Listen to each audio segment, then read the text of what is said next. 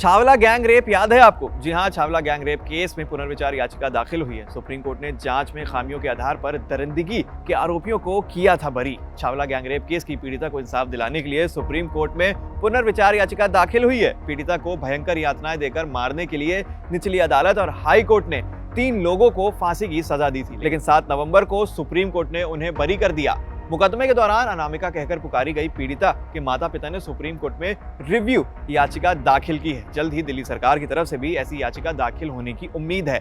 अनामिका का मामला निर्भया की तरह दहला देने वाला था। दोनों घटनाएं 2012 की हैं। निर्भया के हत्यारों को तो फांसी मिल चुकी है, लेकिन अनामिका के मामले में सुप्रीम कोर्ट ने सबको बरी कर दिया। निर्भया के माता पिता भी पीड़ित परिवार का साथ देने के लिए सुप्रीम कोर्ट पहुंचे थे। पीड़ित परिवार की तरफ से दाखिल पुनर्विचार याचिका में कहा गया कि 2 अदालतों ने दोषियों को फांसी की सजा दी। डीएनए जांच में मिले सबूतों से केस साबित हो रहा था। आरोपी राहुल की कार में खून से सना जैक भी मिला था, लेकिन सुप्रीम कोर्ट ने उनके खिलाफ जा रहे कई सबूतों की अपेक्षा की। जांच की कुछ कमियों के आधार पर सबको बरी कर दिया। मूल रूप से उत्तराखंड की अनामिका दक्षिण पश्चिम दिल्ली के छावला के कुतुब विहार में रह रही थी। नौकरी से लौटते समय उसे कुछ लोगों ने जबरन अपनी लाल इंडिका गाड़ी में बैठा लिया। 3 दिन बाद उसकी लाश बहुत बुरी हालत में हरियाणा के रिवाड़ी के एक खेत में मिली। बलात्कार के अलावा उसे असहनीय यातना भी दी गई थी। उसे कार में इस्तेमाल होने वाले औजारों से पीटा गया था। उसके ऊपर मिट्टी के बर्तन फोड़े गए थे। यहाँ तक कि उसके स्तन को भी गर्म लोहे से दागा गया था। निजी अंगों में औजार और शराब की बोतलें डाली गईं। उसके चेहरे को तेजाब से जलाया गया। लड़की के अपहरण के समय के चश्मदीदों के बयान के आधार पर पुलिस ने लाल इंडिका गाड़ी की तलाश की। कुछ दिनों बाद उसी गाड़ी में घूमता राहुल पुलिस को हाथ लगा। पूछताछ में उसने अपना गुनाह कबूल लिया और दोनों साथियों रवि और विनोद के बारे में भी जानकारी दी। पुलिस के मुताबिक तीनों की निशानदेही पर ही पीड़िता की लाश बरामद हुई।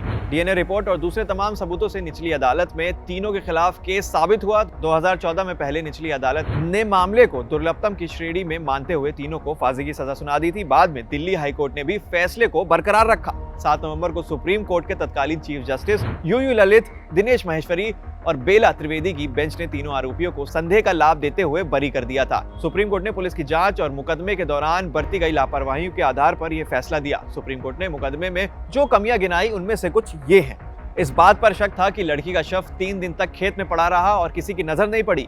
शव की बरामदगी को लेकर हरियाणा पुलिस और दिल्ली पुलिस के अधिकारियों के बयान में अंतर है। आरोपियों और पीड़िता का डीएनए सैंपल तुरंत जांच के लिए भेजना चाहिए था, लेकिन 14 और 16 फरवरी को लिए गए सैंपल 27 फरवरी तक माल खाने में पड़ा रहा। ऐसे में आशंका से इनकार नहीं किया जा सकता कि सैंपल में हेरफेर हुई हो। पीड़िता के शव से आरोपी रवि के बालों का गुच्छा मिलने का दावा किया गया था, लेकिन खुले में 3 दिन और 3 रातों तक पड़े शरीर से ऐसी बरामदगी विश्वसनीय नहीं लगती।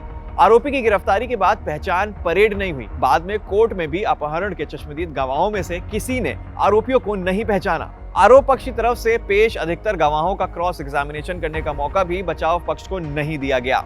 तो ये था पूरा मामला। आपकी इस पूरे मामले पर क्या राय है, नीचे कमेंट सेक्शन में जरूर बताइए और ऐसी ही तमाम वीडियोस के लिए सब्सक्राइब करें एबीपी लाइव।